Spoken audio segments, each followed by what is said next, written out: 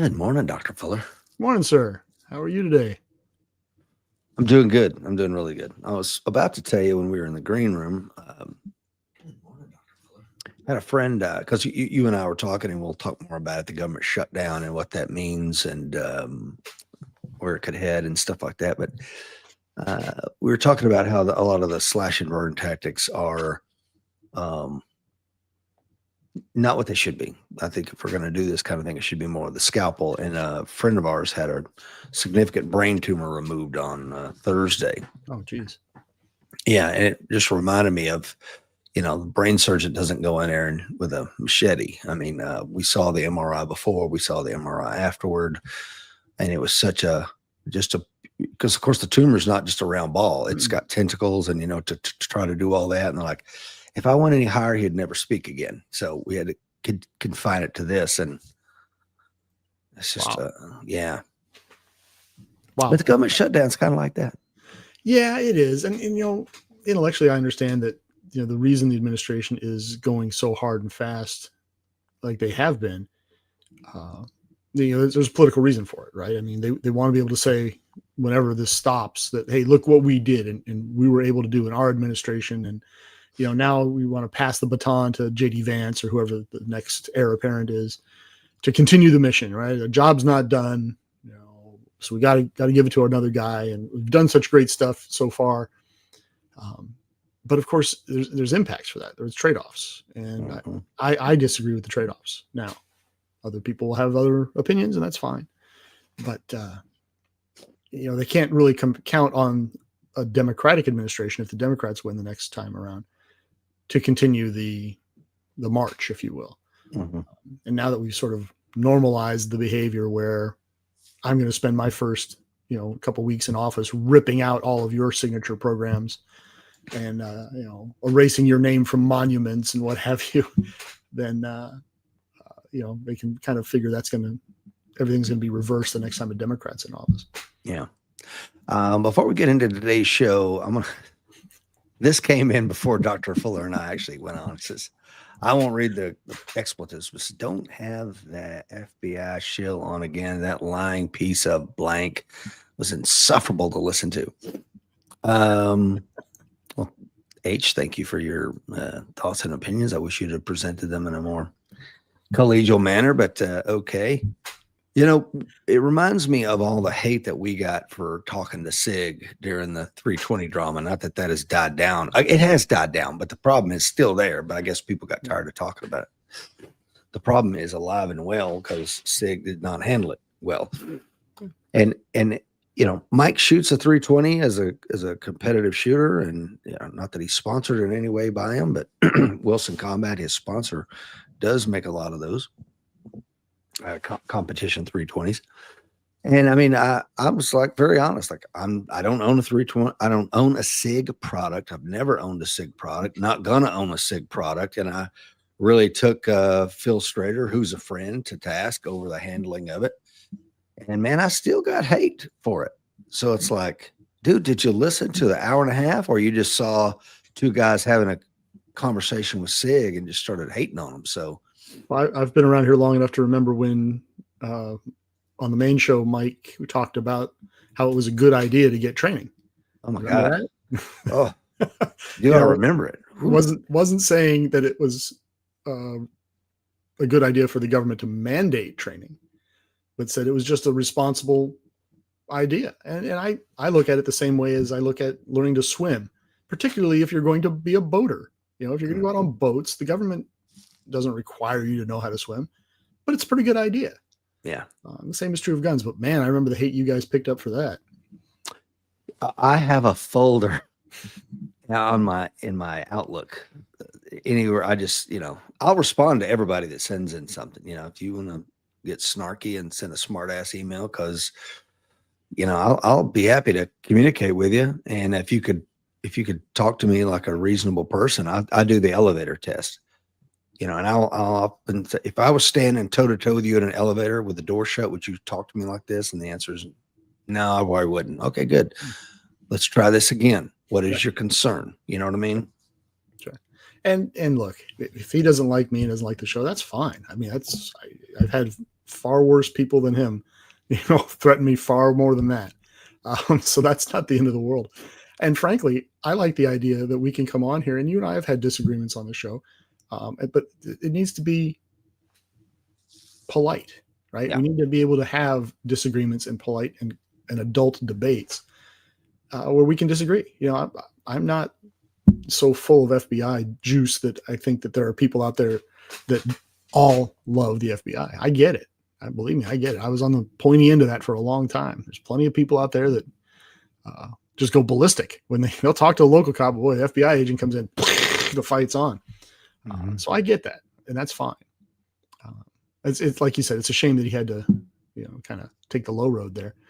But for those of you, the 10 folks watching us live, you didn't see H's comment. It came up before we even went live. Just said we were about to go live, and so and I talked about this too. I'm like, because at one point, Phil, the vice president for consumer affairs at SIG, I said something that was even halfway. I said, the actual design of the pistol, I kind of like this part. He's like, oh, you're shilling for SIG. I'm like, no, I'm not. I shill for a few things, my family, my faith, I'm pretty fond of the Marine Corps. I'm shilling for American Warrior Society, obviously. But no, I'll never shill for SIG. You couldn't freaking pay me. And frankly, if you don't call the balls and the strikes, to use your phrase on the show, if you don't point out the good, then it really takes a lot of the high ground out from under your feet when you start to point out the bad. Because then you don't come across as honest. You come across as just negative, angry, everything's bad. Witness, what's her name up in the Midwest in the North? It's a congresswoman from Palestine. Ilhan Omar. Omar, yeah. Wait, is she Somali? Yeah. Whichever Somali. one. Yeah. So, but there's one of them there that's a big, huge Palestinian, and she hasn't said boo about the peace deal. That was made. And none of the leftists have. Which is, it really undermines the idea that you're pro-Palestinian. It really makes it easy to say, well, you're just pro-Hamas. Now, that may or may not be true, but it makes it real easy to open that door and paint you with that brush. Now, you may be upset about that. You may not. I don't know. But from the outside looking in, if you're not going to explain it, you're going to say, hey, look, I don't like this president. He's a mean, evil, rotten guy, and he's orange man bad. You want to beat that drum? But this is a good thing. Then, I don't have a lot of time for you, because it is on any kind of objective standard. It is a good thing. Yeah, of course. 20 some odd hostages that are still alive got to go home. Yeah. And I do want to talk more onto that probably toward the latter half of the show, but because I think there's a lot to discuss that. Let's get Johnny King says, Rashidi Talib. Guile is on. John Shriver is on. Jerry is on. Says, good morning. He is AWS number 197. If you want to find out if becoming a coin member of our community is the right decision, there's only one way to find out if you're not already a member, if you haven't tried it out, is to get inside the paywall. Take 14 days, snoop around, download some content. Once you get in there, you can download whatever you want.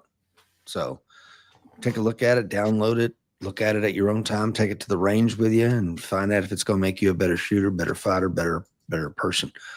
Alan Kelly is on. Scott is on. Rudy, our good friend Rudy, is on. We'll see you here in Tennessee soon. Rudy was going to be coming to the high-risk environment course, and you can too. We've got, I was doing the math this morning. Let's see, Dr. Phil, I think we have like 15 people coming already. So I'm capping it at 20. So there's 5 more slots, and we got like 5 weeks left to go. So you might want to move quickly. Will Rhodes is on. Says, good morning. So here's where I'm going to go. I want to first start kind of before we get to the government shutdown and before we talk about the peace deal. And I want to talk about Hegseth, because I don't think you and I talked about on the show Pete Hegseth's speech. And I really would like to get your thoughts as a former Army officer on that one. Yeah, that's interesting. I mean, the first thing I thought of, well, here's a meeting that could have been an email.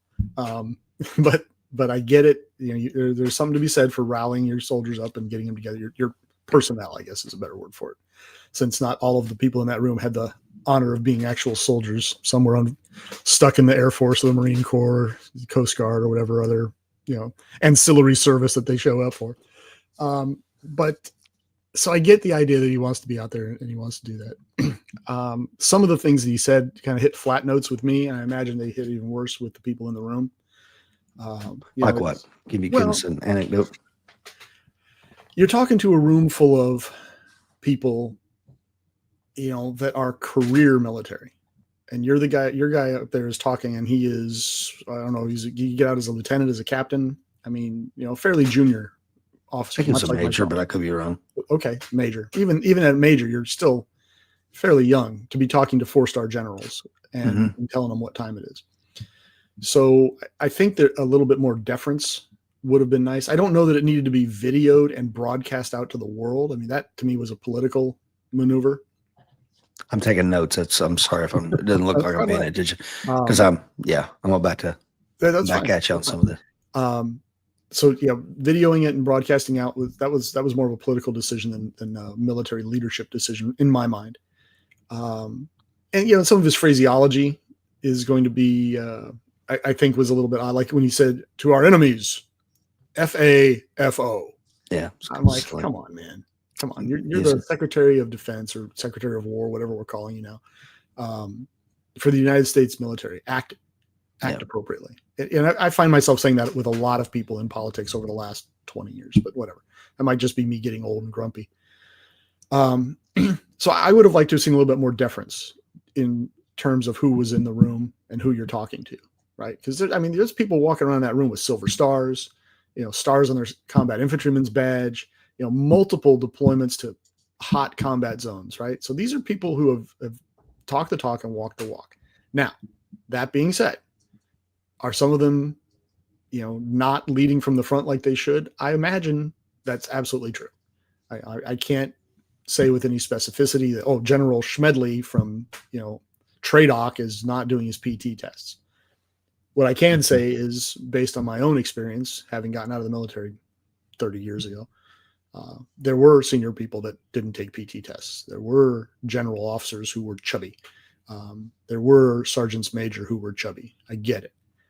But they were the exception, not the rule. And I imagine that's true in several services. I mean, I can't ever remember seeing a fat Marine Corps general. I mean, maybe they're out there, but the Marines do a pretty good job of weeding that kind of garbage out. And from our very first leadership schools in the Army, I'm sure it's true in the Marine Corps, one of the phrases you hear all the time is lead from the front. Mm-hmm. You got to lead by example, lead from the front. You don't eat first, you eat last. The higher in rank you go, the further back in the chow line you are. Mm-hmm. The term that we use now is, service leadership or servant leaders. And that is a phrase that wasn't in common use when I was in the military, but the concept was. And so these are people who have existed in that world and risen to the highest rungs of that particularly slippery ladder. Certainly they all have gone further than I did. They went further than you, than most of us. And that alone, I think, requires some level of respect and deference. And there's also the concept of, look, you praise in public, you punish in private. Mm-hmm. I mean, this is something that you're also beaten over the head with, at least in the Army.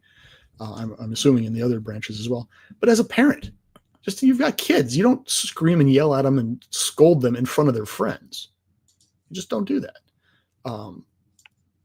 I guess under a special set of circumstances you could, but that's a very rare exception in my mind. So for me, what it boils down to is difference in technique, different approach, right? I'm a different type of leader than Mr. Head said, and I approach things differently than he does. I've never worked in mass media. He has. So I don't have the level of appreciation for that he does. But I see a common theme with several people in the current administration are spending a lot more time worrying about social media and public appearance than previous administration than what I'm used to. Now, does that necessarily make it a bad thing? I don't think so. It just makes it a different thing that I'm not comfortable with. Doesn't mean it's a wrong thing, right? Just not the way I would go about doing it. Do I think his message was delivered in that room? Maybe, maybe not. I think there's probably some back channel conversations that are happening that's delivering that message in a much more pointed fashion. but we haven't seen a mass exodus of general officers as a result of this, or sergeants major, or whatever rank they are in the nautical world and the air world. I don't know what you call an E9 in the Air Force. But we just haven't seen that. I haven't seen it. At least it hasn't been widely reported in the media. And I get the sense that if that did happen, it would be widely reported in the media. So that's sort of a wave top picture of my kind of approach to this thing. Okay. Stand by. Put your high pro in, because here it comes, pal. That high ordnance coming. Have at you. Okay, so a couple different things. I'm going to start kind of all over the place, and then I'll go down your points one by one. And thank you to the 13 folks watching us live. Please like and hit that share button. Some of this is some of this is just every single senior and junior person that I know in the Marine Corps that I've talked to that or say, hey mate, I respect your opinion. You're a retired colonel. Watch this. What do you think? And then we spoke on the phone. And I did that to a lot of my friends. Or you were a Lance Corporal. You got a minute? Watch this. What do you think? To a man, they're like, I'm engorging, and I'll keep it polite at that. And then they struggled to find one thing that they didn't like, and I'll hit on that one thing. But we come from a culture where, and I'll go back to getting on the Special Operations Academy. They keep you up. The first day doesn't end until somebody quits. And I remember like the second night, well, the first person quit and they didn't give a shit. They kept the damn day going anyway. The first person quit within 30 minutes. And I remember they took us on an 8-mile run up to a cemetery where some dead officers were. And they're like, look at them, made us get down on our knees and look at these dead officers and kind of read what happened to them. Then we went back. Sorry, this was under what academy? Special Operations Academy of the Sheriff's Department. For the Sheriff's Department. Okay. I'm sorry. I didn't catch that. No, I'm sorry. I wasn't very clear. And then we ran back the 8 miles, went into this little room, and it's all the lights are off, and they show us this video of an officer getting killed, and then they turn the lights on, and in front of it was a packet. And the packet was, these are funeral home arrangements. And it's like, look, man, they're giving you a special deal because they know as a special operations officer with the Sheriff's Department, you're going to get killed. There's a high likelihood. And if you don't like it, get the F out of this room right there. He's got the door propped open. No shame. Go get your shit and get out of here. And I feel the same way about those generals. If you don't like the hearing about lethality, if you don't like the tenor and tone of this message, I've got hundreds of S1 folks down the hallway. If you go down to room 217 out there, they got their laptops set up. They got Appendix J's. We could outprocess your ass within 90 days and have you sitting on a couch with Obama and Martha's Vineyard, moving the fuck on, pardon my French. But I have zero tolerance for this. This could never been in an email. This could never been on a VTC. A sea change of this nature to say, I'm not playing, means everybody comes to daddy. And if you don't like daddy's message, again, room 217, got S1 set up. Sergeant Jackson will be happy to take your Appendix J, and we'll have your stuff picked up from Stuttgart and shipped back to you. I mean, I'm absolutely, because I've sat in those VTCs with the commanders like, yes, sir. Uh-huh. No, I hear you, sir. Yeah. Gotcha. Yes, sir. Yes, sir. When it goes off, it's like, we're not doing a damn bit of that. Move on. All right. What's the next on the agenda? And I've been in those as well. My response to that is, one, your example, I think, is spot on. We had in the FBI, we would do one of the first couple of classes that we would have at Firearms. We would have them sit down. We call it the reality check. And they get an hour or two lecture on the agents that had died. And we would pass around Grogan and Dove's guns, the guns they had in their hands when they were killed.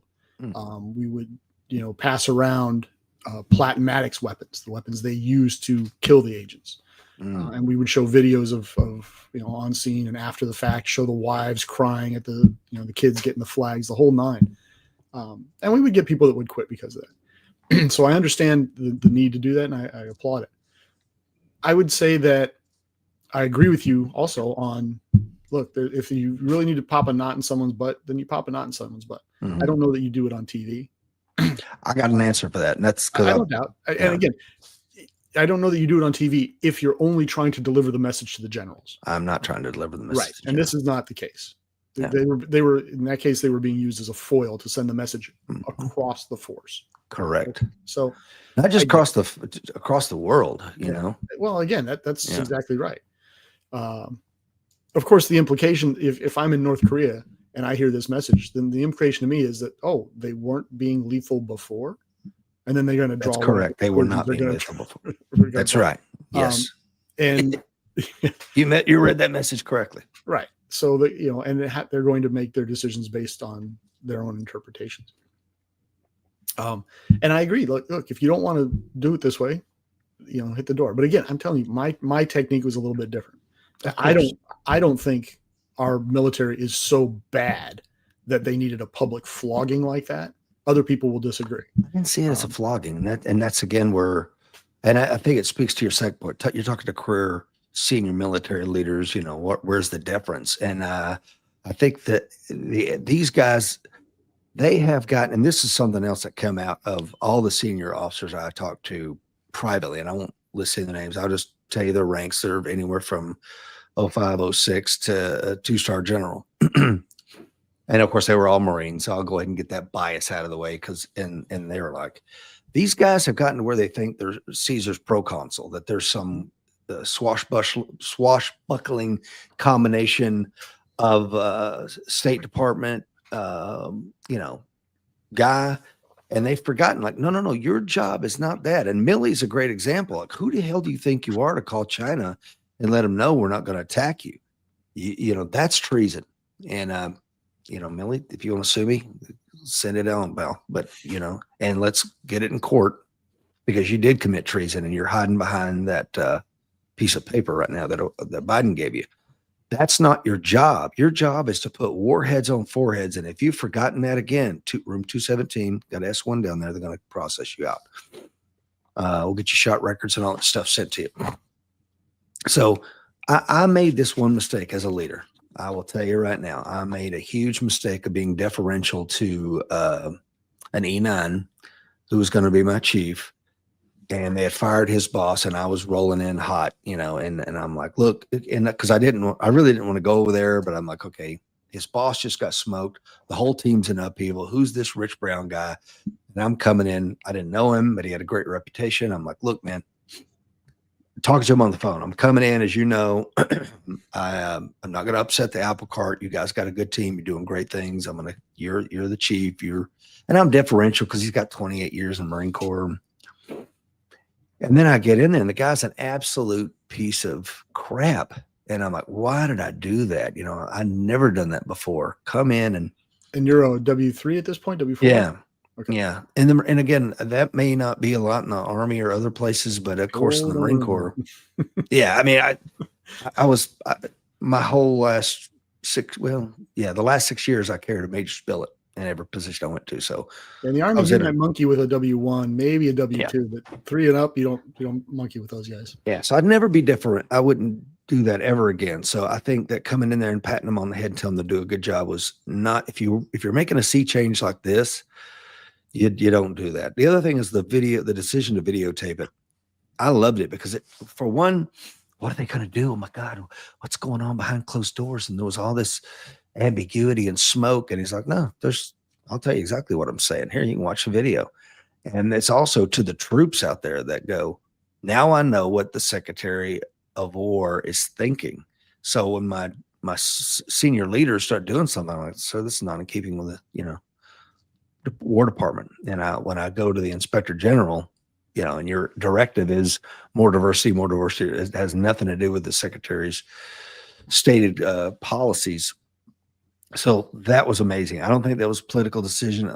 If it was only to show the world I'm not playing anymore. This is not the Defense Department where we worry about gender studies and climate change and whatever the hell they used to worry about.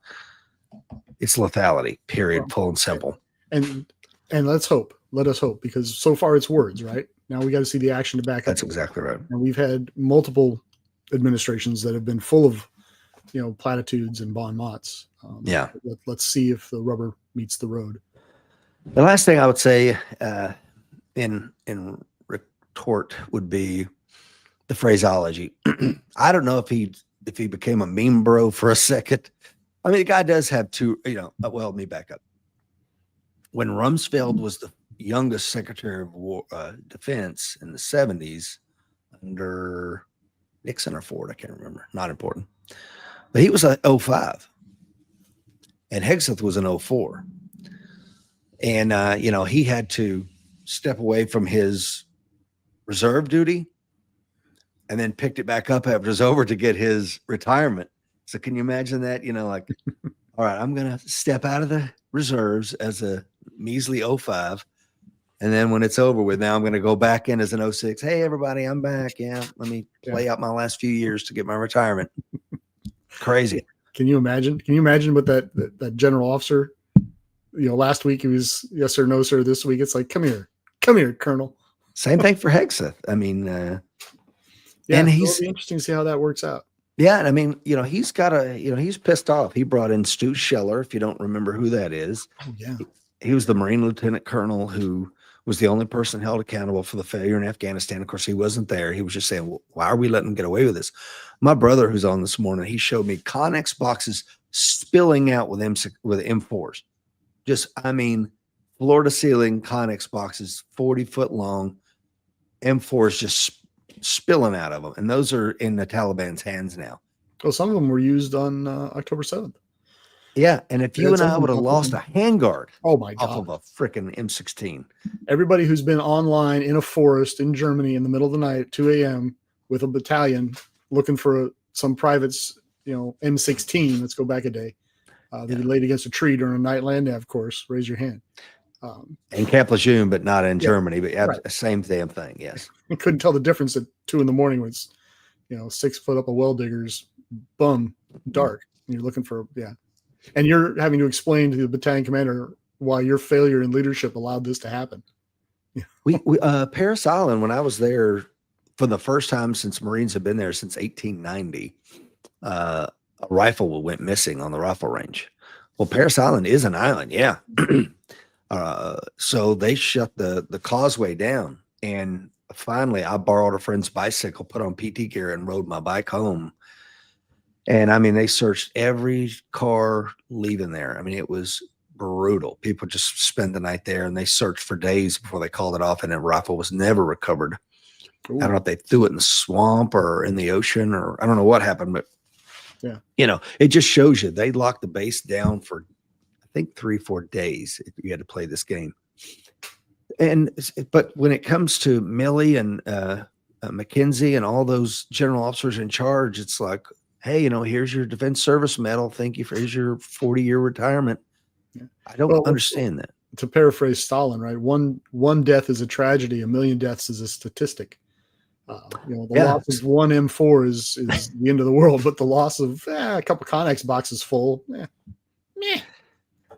Yeah. So I think the FAFO is silly and stupid. I remember, like you, Dr. Fuller, when he said it, I'm like, are you freaking kidding me?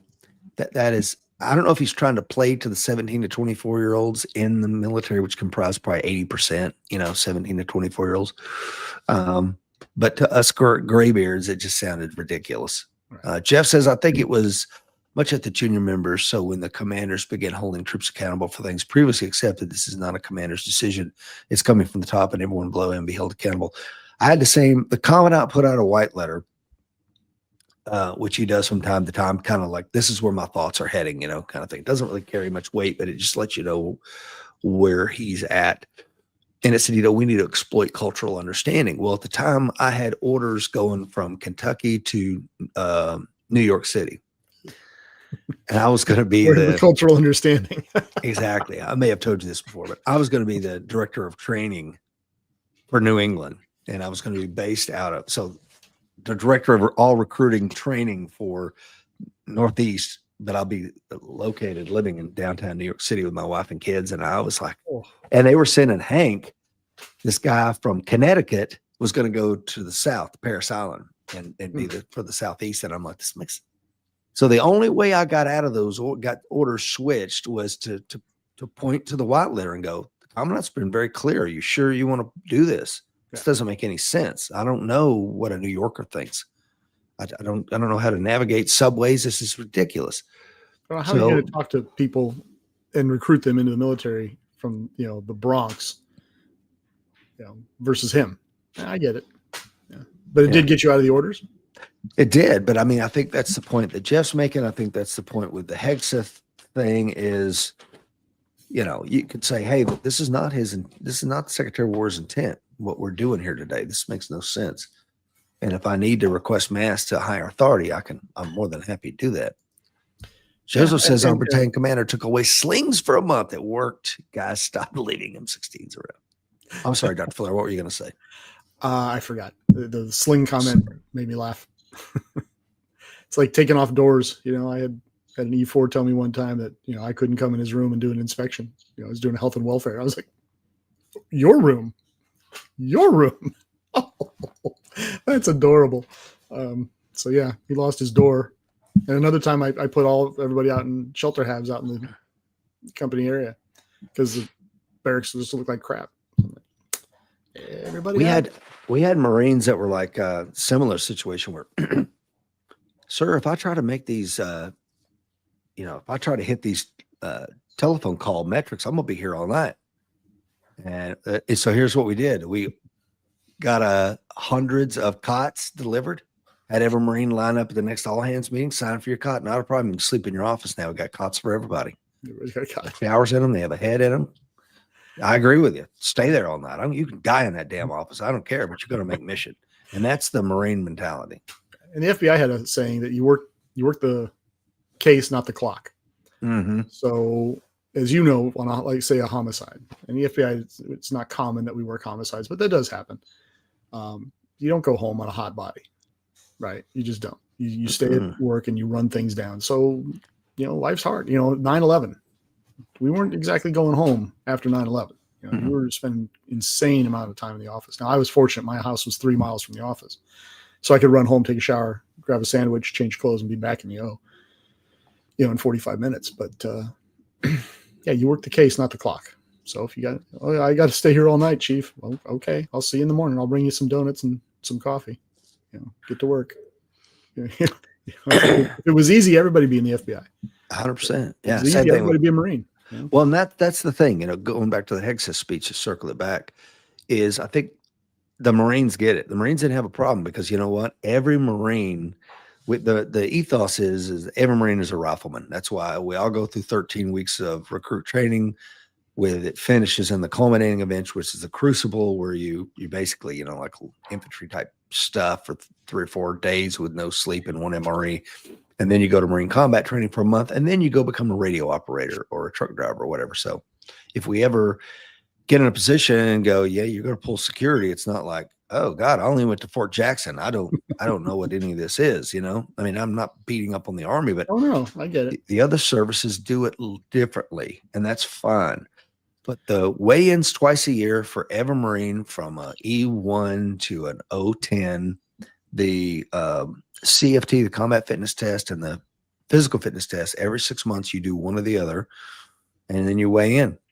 Yeah. So we've already been toeing the line on those standards. I think a lot of services, and you know who you are, have not.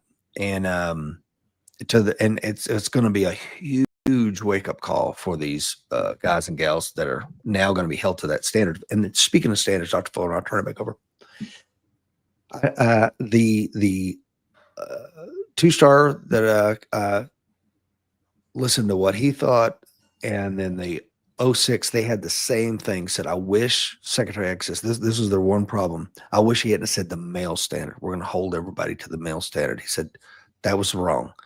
Let's hold them to the standard. Now, it just so happens that it's probably the male standard. And he's the one friend of mine who was a 06, had been a battalion commander of an artillery battalion. He said, man, to become an 0811 artilleryman, you have to lift 4 or 5 155 rounds from the deck into the back of a 5-ton. I think 4 or 5, I can't remember. He goes, we have guys that can't do it. Small guys that just literally cannot do it. So when they opened the combat MOSs to females, shocker, most females can't do it. Now, some could. So there was a few females, very, very few, probably count them on one hand, that were absolutely strong enough to lift a 95-pound projectile up over their head and into a 5-ton.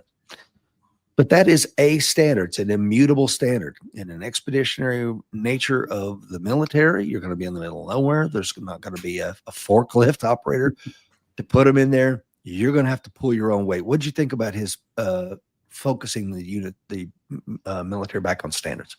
I think that's a great idea. I mean, I've long said that, look, I don't care what the standard is. You just have to meet it. And it has to be objective. Like you said, picking up a 155 round, putting it in the back of a truck.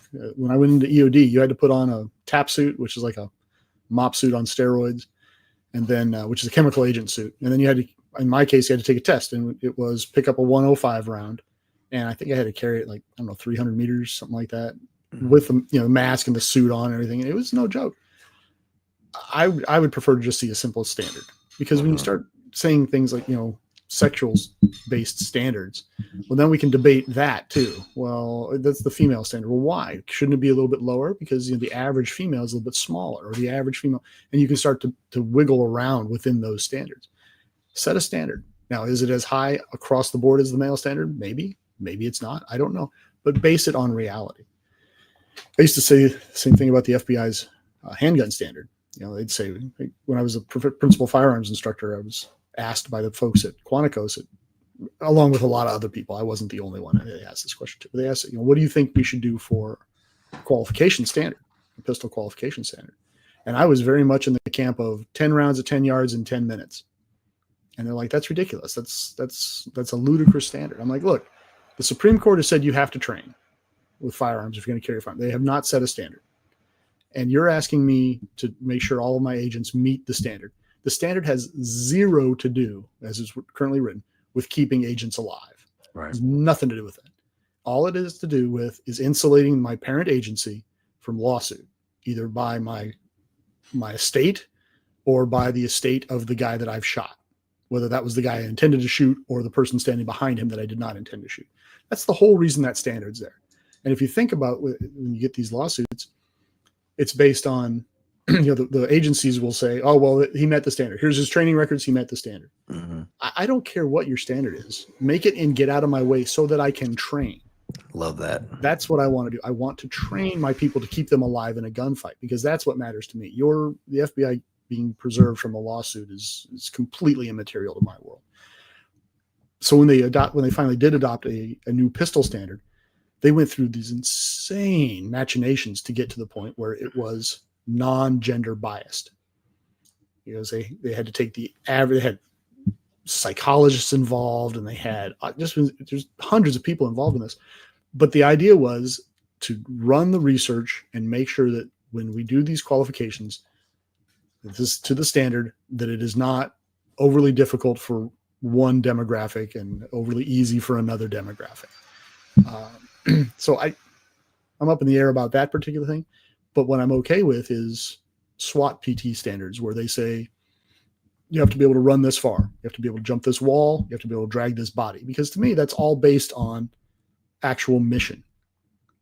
So to your point about the military, saying that you have to be able to do 5 pull-ups. Well, maybe not. Maybe 7's better, 3's better. I don't know.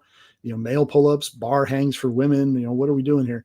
But when you say, look, you've got to be able to pick up this artillery round because you're an artilleryman, and you got to be able to put it in that truck. That's a standard. Right. I mean, how many times when you were doing infantry stuff, I don't know, was yours co-ed when you did your infantry training? Okay. Yeah. So there were times in my career, especially in officer training, where you were in co-ed cohorts. And we would do things like, okay, you're going to run a 12-mile in 3 hours with a 40-pound ruck, 35-pound ruck, whatever it was. And I can't tell you how many times that, you get a woman on a squad or 2 women on the squad, and you'd end up carrying the rucks, right? The men would have their own rucks, and you'd have to share the ruck. And I'm like, okay, you're not meeting the infantry standard at that point. Right. Now, in the same breath, I'll say we also had guys that would do that. Mm-hmm. So that's fact. To your point, if you can't make the standard, you can't make the standard. Yeah. Look, I'm not going to be the power forward on the Chicago Bulls next week, right? Because I have a vertical leap of about 5 inches. I can't hit a backboard from the free throw line. I don't meet the standard. I just don't. So they're going to put me in there. And I don't weep about it. I don't wail, gnash my teeth, clutch my pearls. I don't do any of that stuff. I'm like, okay, that door's closed to me. Mm-hmm. Well, the same thing should be true in the military. But the difference is, of course, importance. If the Bulls win or lose next week, I don't care, right? But if an infantry battalion gets wiped out on the DMZ in North Korea by North Korean invasion, I do care. A lot of times people lose sight of the fact the military is not a social experiment. Right. It's just not. And it It's can't used be that way a lot, but it's not. And just to, so I think Hegseth was, Secretary Hegseth was saying roughly 5% of the military is women. It probably that way in the military. Is it that low, really? Oh God, yeah. And that 5% literally drove me crazy, and let me explain why. Not the female Marines that I had. The few that I had were fantastic. What I'm talking about is we're trying to recruit them. When you say that we have to have 5%, and we don't, I must be clear, we do not need 5% women. Well, it's a political decision, not exactly a task position. Thank you. It's somebody's like, we're going to have this. And okay, I mean, there's no MOS we have now. We needed female engagement teams during the GWAT. They were phenomenal. They did a great job. We have to have them. Did you have to have Marines that were female engagement teams, or could they have been augmentees from? Probably augmentees could have been fun. Where I'm going with this is to say recruiting females into the Marine Corps tied up an inordinate amount of our time. Like I instituted ladies' night. You had to TC females. And if I caught you not actively prospecting for females, whether that was area canvassing for females or making phone calls to your female lists, you're going to get, page 11, potentially NJP, whatever. I mean, there's stiff consequences. And it's like, why? For this tiny little subset of the mission, and then they don't stick as well in recruit training. And I'm not talking off the top of my rear end. I looked at the data, and I looked at why are they, treating from recruit training at numbers twice, 2x the numbers of males. And it's lower extremity injuries. Their bodies, their hips are not constructed to carry these kind of loads and do these kind of things, because I can't say you don't have to carry the same 782 gear as the man. You don't have to carry the same rifle as the man. You don't have to carry the same flak and helmet. No, you're going to carry the same crap, and you're going to be expected to do the same thing, and it's going to destroy your hips, whether it does it now in recruit training or throughout your career. You're not going to be, so I wish that we could just take that away. Whatever women come on in. Love to have you. But I'm not going to have people out there just actively trying to find a female, and stick her in the peg. I mean, we have wonderful, brave women. Don't get me wrong. I've served with a lot of them. But I never, Dr. Fuller, you mentioned that we do female integration. I joined in 1989. I didn't speak to my first female Marine until 1994. Didn't see them. They weren't anywhere near infantry. So that's literally just a smart move across the board. Let's be honest. When I went to the sergeant's course was the first time I saw them there, and we all came there as sergeants. Now, a lot of the butchers and bakers and candlestick makers had spent the variety of their career around female Marines and were fine with it. But I was kind of like, can we talk to these people? Will I get in trouble? Is anybody? Oh yeah.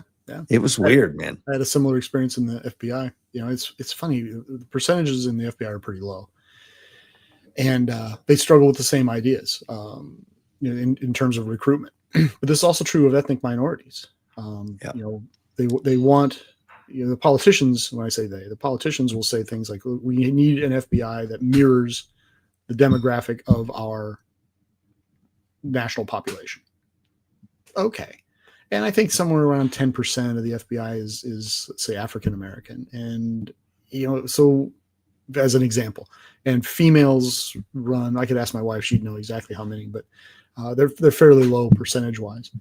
And all the emphasis is on recruiting. They go out and they try to recruit these people. Well, it's very difficult to recruit. Let's say you're an African American and you're an engineer, and you've worked very, very hard to be successful to a point where the FBI would want you to come in the FBI, because it tends to be a second career for almost everybody. Well, we're asking you to put that all aside and start over again. Well, you've spent the last 10, 15 years climbing to whatever heights you've made it to, and now I'm going to ask you to erase that and come in. So we have a hard time convincing people to do that. And oh, by the way, just like the Marine Corps, convincing people to do it is not a long-term strategy, right? People have to want to do these things. They've really got to be driven, or else the job will just tear you apart, right? I mean, look at your own career. If you weren't driven to be a Marine, the Marine Corps would have chewed you up and spit you out.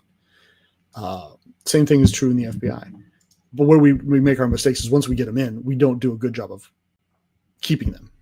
We don't do a whole lot for our female FBI agents to encourage them to stay. And it makes it very, very difficult for them to, have families. And a female approach typically is different towards family life than male approach. And there's societal norms that kind of weigh in on that. And it can be very, very difficult to get these people in. And maybe part of the decision to lower standards for the females is, at least partially tied to what we need to keep these people. We can't be tossing them out because we need the bodies, right? We can't be throwing these female Marines out. It's hard enough to get them in the door in the first place. We know they can't do 15 pull-ups on average, so let's not make them do that, because then we have to NJP and we got to throw them out. We got to get rid of them. I don't know. I don't know if that's the decision. I can see where it might be. But I think if you simply, to go back to the basis of this entire conversation, if you simply have a published standard that's based on reality. Exactly. Like right now, Kash Patel wants all FBI agents to be able to do 5 or 7 pull-ups. Mm-hmm. And it sounds cool, right? But he's hanging out with HRT guys. Yeah. So 5 to 7 pull-ups is important for HRT guys.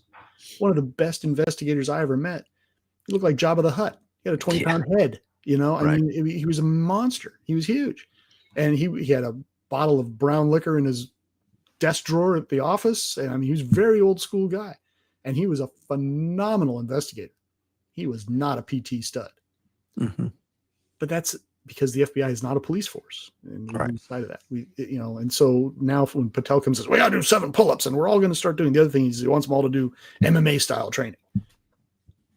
Rich, you know how many people I actually physically fought with in a 20-year career? And I worked violent crimes. I mean, it wasn't many. It happened, but it wasn't many. And oh, by the way, when I got you then to jail, whatever you'd done that got you arrested in the first place, you just added 3 to 5 more years because you made me punch you in the face. Right. The Bureau is an investigative organization. So base your standards on that. I agree. The military is what it is.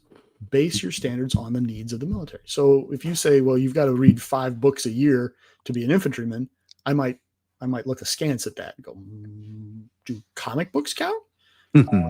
But to say you've got to be able to do 50 push-ups and you've got to be able to run 800 yards and you've got to be able to do 3 to 5 second buddy rushes, and that's important for the infantry.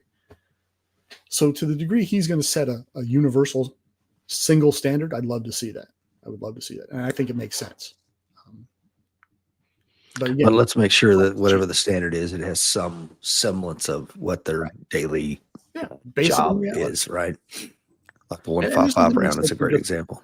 Yeah, there's something to be said for just a general appearance of military competence, right? I mean, I don't know if you've seen the meme going around of the Texas Guard guys showing up in Chicago, and there's 5 or 6 of them that all look like they've been eating brisket since they were in the womb. They're all just a bunch of big old corn-fed boys. And to me, that just has a bad look. Mm-hmm. And I'm not saying that should be the end-all be-all, but I think it has an impact. I mean, there's a reason that the guys in the old guard have to meet certain physical standards. Mm-hmm. There's an appearance thing. There's a reason that if you're going to be a Marine guarding an embassy, you have to have certain physical traits. Yeah. I get that. Does that have to be true across the board? I think there has to be a minimum standard, certainly. But I don't think it necessarily has to be gender-based. Yeah. Well, I mean, you mentioned some ethnicities issues too. And it took me a while before this became plain to me. As a young infantry combat instructor, we had to do the 25 miler. So I think people can handle a lot of the smaller mileage, but when you get into the 25 miler, man, it's going to expose you, especially when you're carrying all your kit. There's no hiding. Oh no, all the crew serve weapons, everything's going right. So, And because the sergeants were required to keep moving. So up and down the ranks, and the ranks would, as you know, because you've done this a lot as well, they kind of accordion out. And then there's the people that they got a lot of courage and they don't want to get in the truck, but they're at the back, right? Back of the pack. And I noticed trying to push the back of the pack up that it's all these folks from East Asia. And then it made me look into like, why are they back here? Well, the average height is like 5'5", and the average weight is around 140 pounds. And if you look at the front of the pack, it's these kids from Northwestern Europe, higher body mass index, average height is 5'11", average weight is, 200 pounds. Well, of course, this thing is not killing them like it is these people. That are struggling. I mean, they've got the heart, they've got the desire, they haven't given up, they're pushing with all they got. But a 50 cal receiver is 69.2 pounds, and it will humble anybody when you're carrying on top of your kit. And so I'm just saying that combat doesn't care. And my brother Jeff had a comment here, says it's pretty simple. Does this decision make us a better fighting force? If the answer is no, we're not doing it anymore. And I think that was a direct comment from Hegseth. And we haven't had a existential threat of a war in 80 years, right? We've had these little, police actions or what we call wars, but when was the last time Congress declared war? So we've been very fortunate in that we've been selective about who we can send forward. We're not saying, we've got to put, 5 divisions in Italy because we need to draw forces out of France so that we can land, 15 divisions in Normandy. We're not doing that. So we've been able to be selective about who we send and what units we send. And I think that if we end up in a war with a near peer, that might be a little bit of a different story. And having a standard like Hegseth is talking about and meeting that standard, I think is important because it's out there. The possibility does exist. I mean, ask the people in Taiwan, right? Or we retreat from the world stage and surrender that particular cross that we bear in terms of being, the world police force, which, you can agree with me or disagree, but I'm more of an isolationist myself. But right? Wouldn't that be great? We're never going back to that. You know why? Because we've got to defend the dollar. Yeah. Well, and look at the early part of the last century. We were isolationist, and look how that turned out. True. So you got to be cautious about that. And look, you might have been able to make that argument a lot easier 5 years ago, but then Putin got all frisky. Yeah, true. And so I think it's heartening now between that and President Trump saying, look, you guys got to pay more for your own defense, to see Europe starting to say, look, we got to pay for our own defense. Because the idea that we're going to bankrupt ourselves defending everybody else, to me, is getting a little old. Yeah. Which is a great segue for the government shutdown. Here we are, week 3. I mean, it's impacting you and your family. I don't know if you want to talk about that or not. We can talk about it in general terms. I mean, sure. Most folks know that my wife is a government employee and she's been furloughed. Well, I may not know that she's been furloughed, but now. So that has a real world impact on us. Now, as you and I have discussed, Rich, we're fortunate enough that we are in a position to arrange our finances in such a way that we're not going to the poorhouse tomorrow. We're not on food stamps because of it. But when you even if you're prepared, anybody takes a 50% pay hit overnight, it has an impact. And when it's as a result of a bunch of politicians who pay no price for this, by the way, it gets annoying. And it makes me concerned for people that aren't in the position that we are financially, but still have, this dependency on the government paycheck that now it's gone. I'm all for shrinking the size of government. I think it's a great idea. I don't think that you should come in there with a flamethrower and burn the place to the ground, because I think that the downsides far outweigh the upsides when you do that. Yeah. And I was, as you and I do something similar, this morning before the show, I'm kind of jumping around Fox, CNN, AP, Reuters, Al Jazeera, because I'm looking at the peace deal primarily. Well, on Reuters, which is Russian, they're like, there was some article like this government shutdown shows the fragility of the U.S. dollar and all this other kind of stuff. So again, our enemies are watching. It's not just obviously hurting your family, and a lot of military families that didn't get paid. And speaking from a, at one point, Lisa and I were very junior military family, and man, we were definitely living to paycheck when I was an E2, E3, et cetera.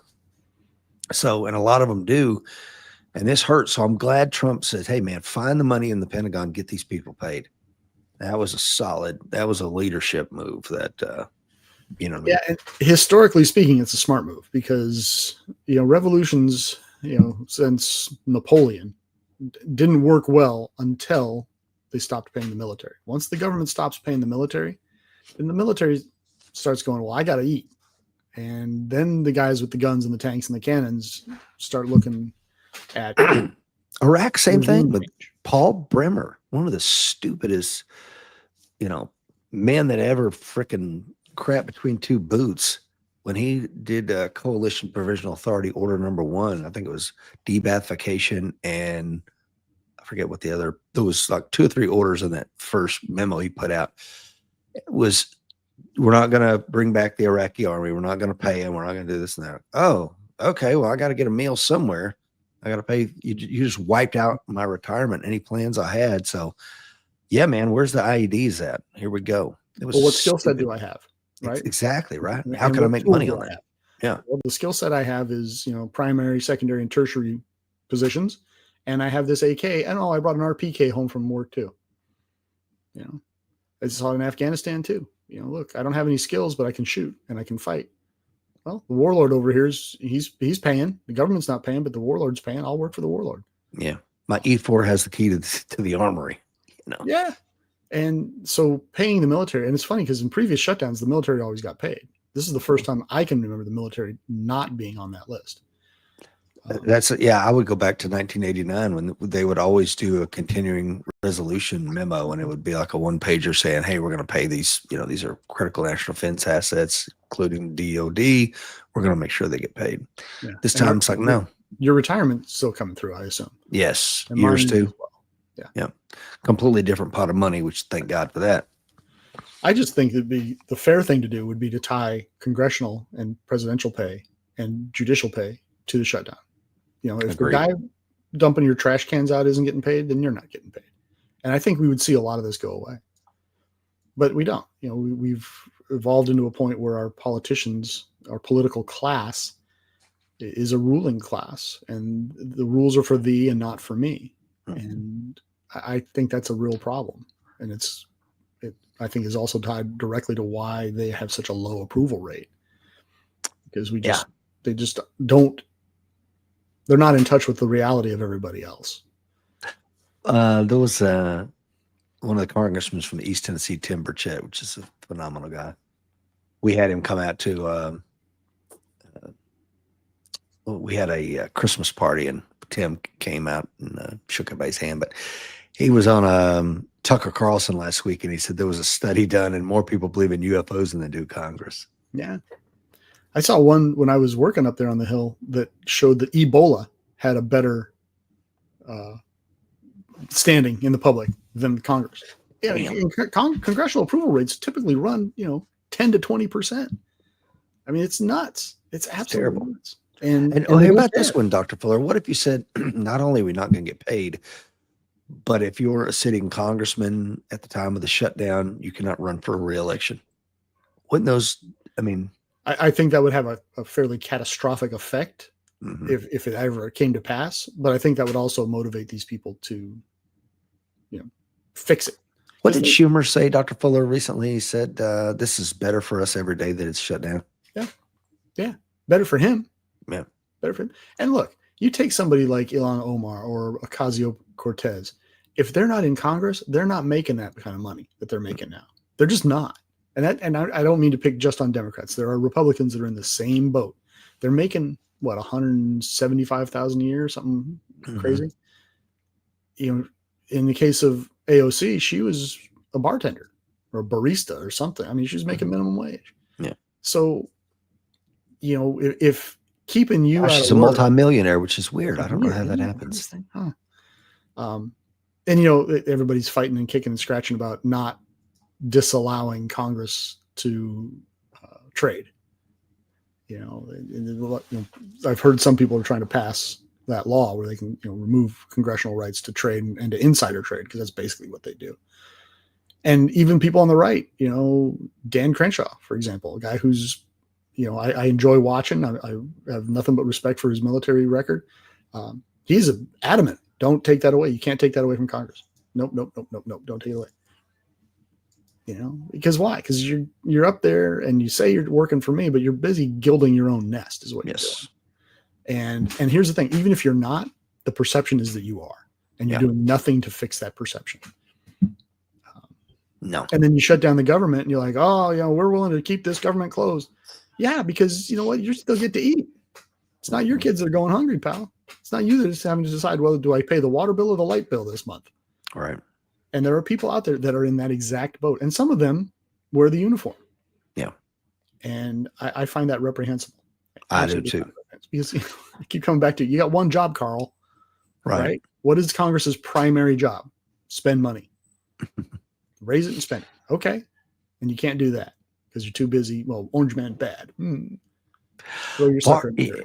Yeah, Barbara Walter, not Walters, but you know, she's a distinguished professor. She wrote a book about Civil Wars, and they start, and several others that have done that. We've talked about it before, but I keep hearing that it's a government shutdown, some sort of budgetary crisis that is the final, you know, thing that gets it going. And I always thought this makes no sense to me anecdotally.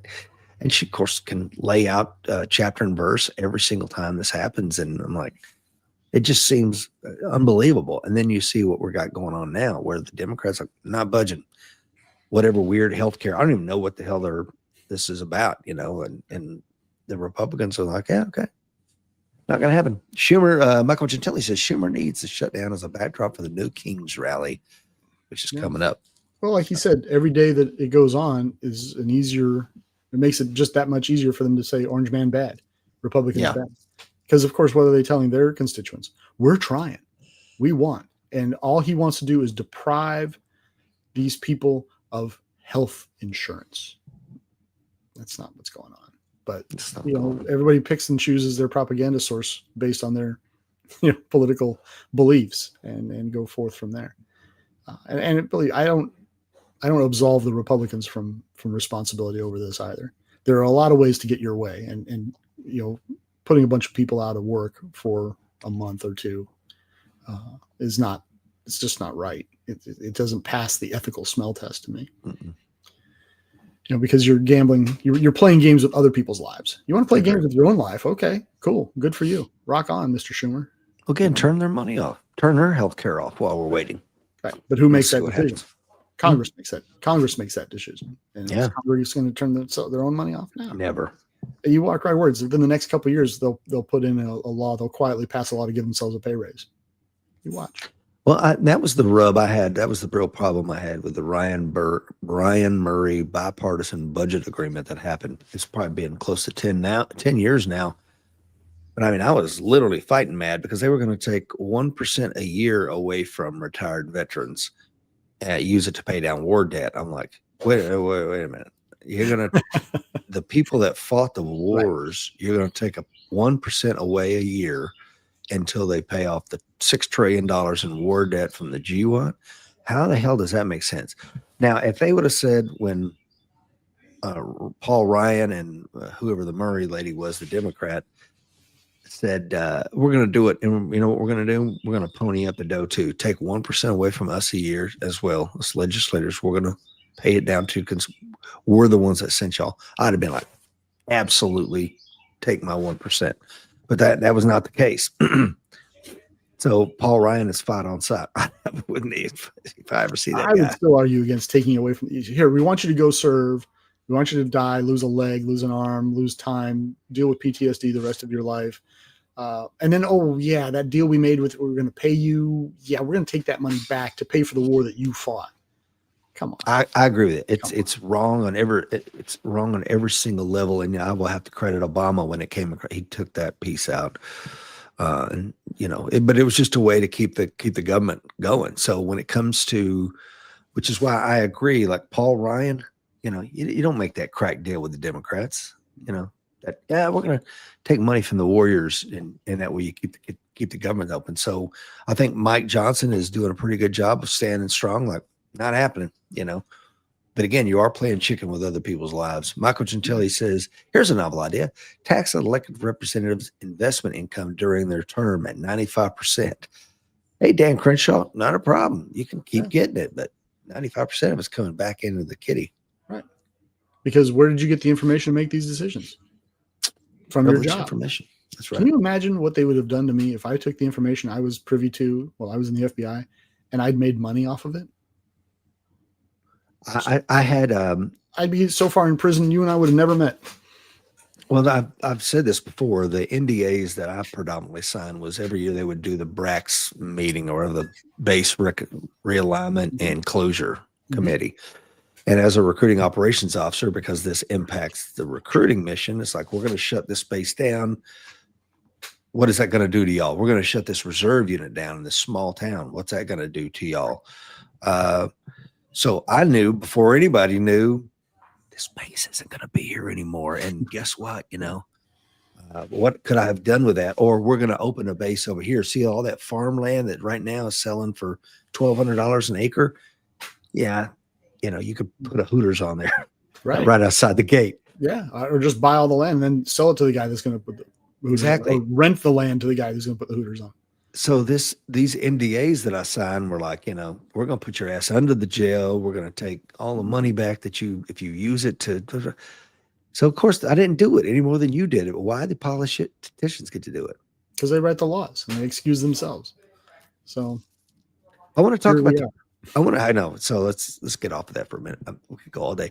Peace deal with Hamas, Israel. Have you read into the specifics of this thing at all? I haven't read the specific deal. Which it's embarrassing to say. And had I known we were going to go down that particular path, I would have before we got on the show. But I've just read the highlights, Dr. Fuller. I haven't read it either.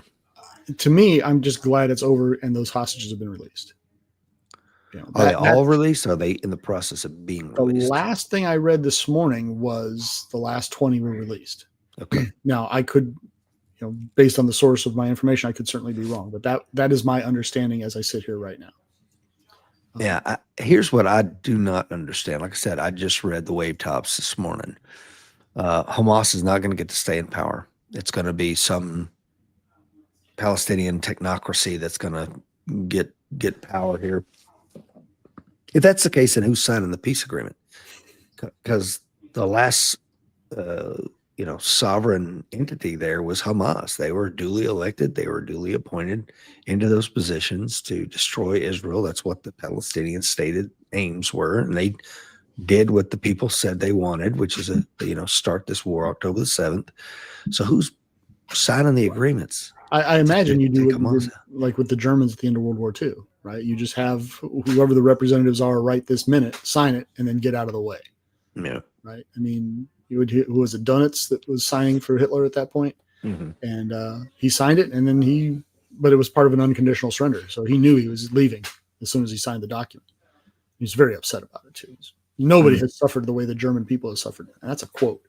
Really? Yeah, it was pretty impressive that he had that level of disconnection. Read the room there, Carl. Read the room. With a straight face, right? Right. But that being said, I think that's who ends up having to sign it, is whichever leader of Hamas that Israel hasn't killed yet signs it and then, beats feet.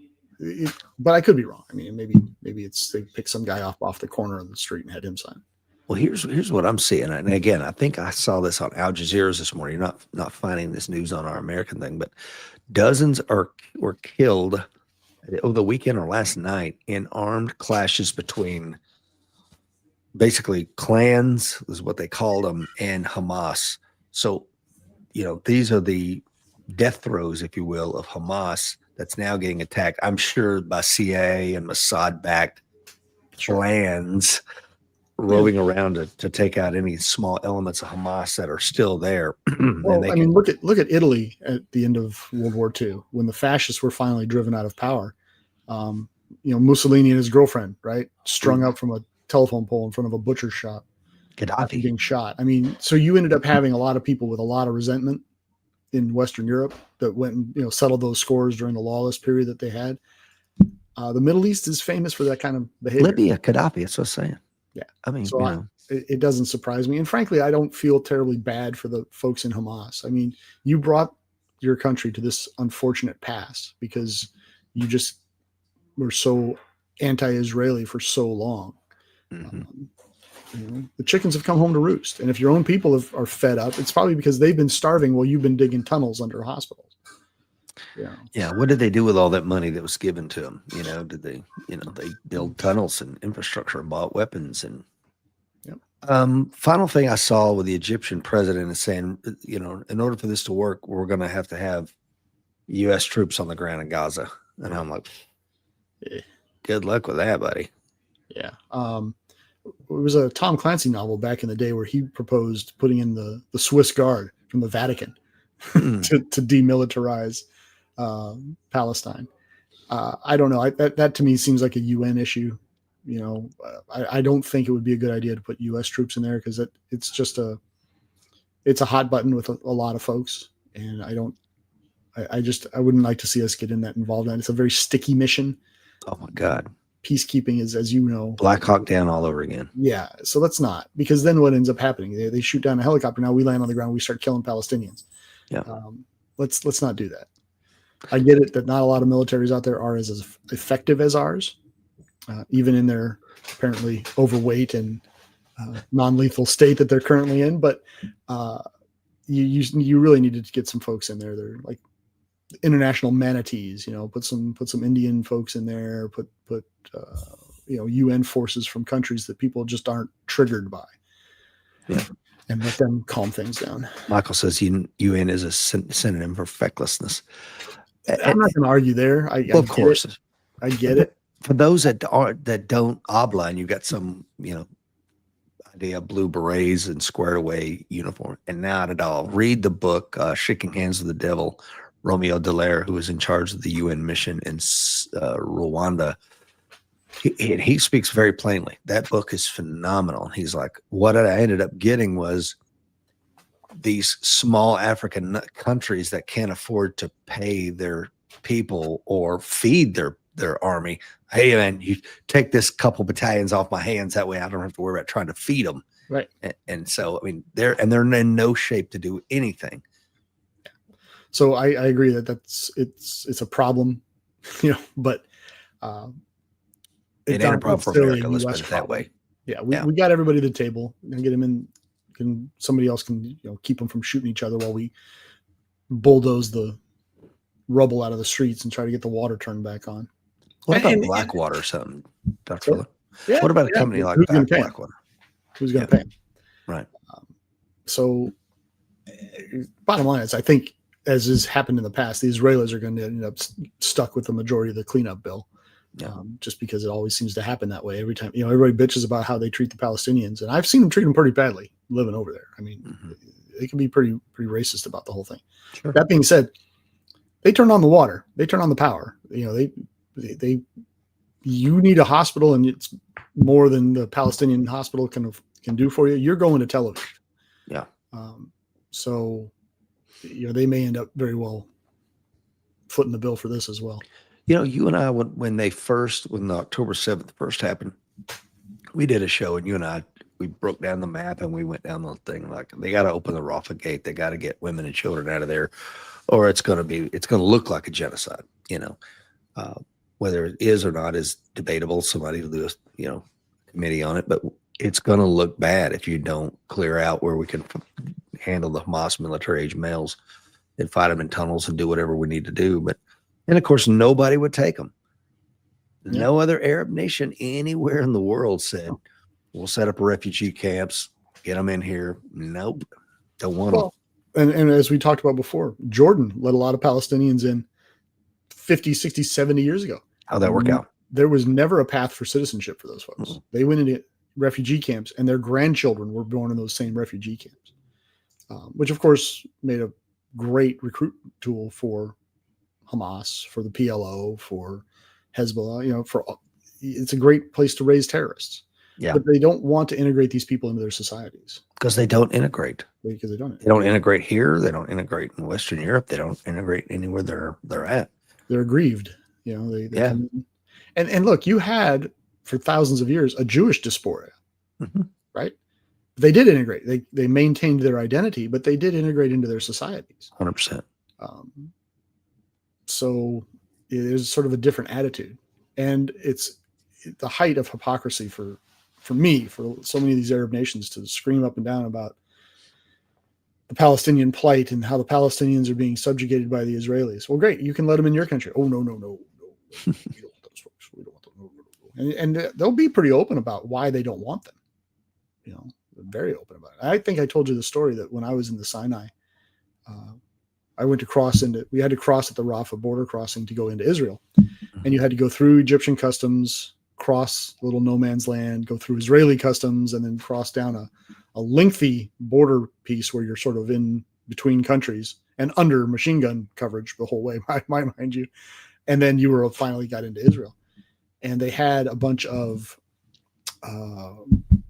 Palestinians. Was it Palestinians? Yeah, it was PNA at the time, Palestinian National Authority, that were crossing the border, and they crossed out of Egypt going into Israel. And I think they were en route to the Gaza Strip. And there's a land piece between Egypt and the Gaza that belongs to Israel. It's not very wide, but the Israelis didn't want free access between Egypt and Gaza because they wanted to see anything that, you know, otherwise you're driving tanks in there and whatnot, artillery pieces. They didn't want that. So and there's 75, 100 of them. They cross out of Egypt, go across that, 50, 75 yards of land, and they go into the Israeli border control. And the Israelis go, nope, can't come in. We're not letting you cross our land and go into Gaza. Turn around, go back. So they argue, of course, for a long time, and it doesn't work out. So they turn around, they troop back over to the Egyptian border crossing, and the Egyptians look at them and go, no, your visas have expired. You can't come in. Ooh. So I go up there, a week or two after this has happened, and I'm crossing the border, and there's a Hooverville has popped up. They've got countryless boxes. Citizen. Yeah. Right. Basically, the Egyptians said you can have that part of the parking lot. And these guys set up a camp in the parking lot. They've got their T-shirts and their underwear hanging off of clotheslines. And I mean, it was a shanty town. But the Egyptians didn't want them back in their country. Like, no, not coming through here. And the Israelis were like, you can't cross here. Then you finally get a country, and what do you choose to do? You do exactly what everybody is worried that you're going to do. So here we are. Here we are. Well, Dr. Fuller, thank you for being on this morning. I don't know that we solved any of the world's problems, but at least we talked about them. And I think I avoided mostly shilling for the FBI, so that was nice. Yeah. H, I don't know what to tell you. I'm sure we'll all live. Yeah, I'm just looking at my notes to make sure. I think we covered everything I wanted to talk about. The one thing I'll say, if you're missing Will this morning, Will is partly going through what's happening with, as a captain of a major commercial airliner. There was some issues with guess who else are not getting paid? Air traffic controllers. So it's causing problems, and that's one of the reasons why he's not here today. He's stuck in another city, which he shouldn't be because of the issues with air traffic control right now. So this has ripple effects. This shutdown, this chicken that the Dems and the Republicans are playing with each other, it has effects on everybody, and now we're seeing that here on our show this morning, Dr. Fuller. Yeah, and it's gonna affect TSA. It's gonna affect the VA. It's gonna affect a lot of this stuff. It sounds great at a macro level, at a philosophical level. Like I said, I agree with parsing down the government. A smaller government is a better government as far as I'm concerned. Keep the Chinese from driving tanks down my road, and keep the roads paved. Other than that, leave me alone. But it's a different story when it starts to impact you. And when it starts, your husband is now stuck in Boise because he can't get on a plane and fly home because there's no air traffic control. Can't get through the TSA checkpoints because there's no TSA people. This is going to get worse before it gets better. So it's almost like our motto, Dr. Miller. it is, because as we say constantly on this show, and it's not simply a motto, it's true. The fight is coming. Be ready.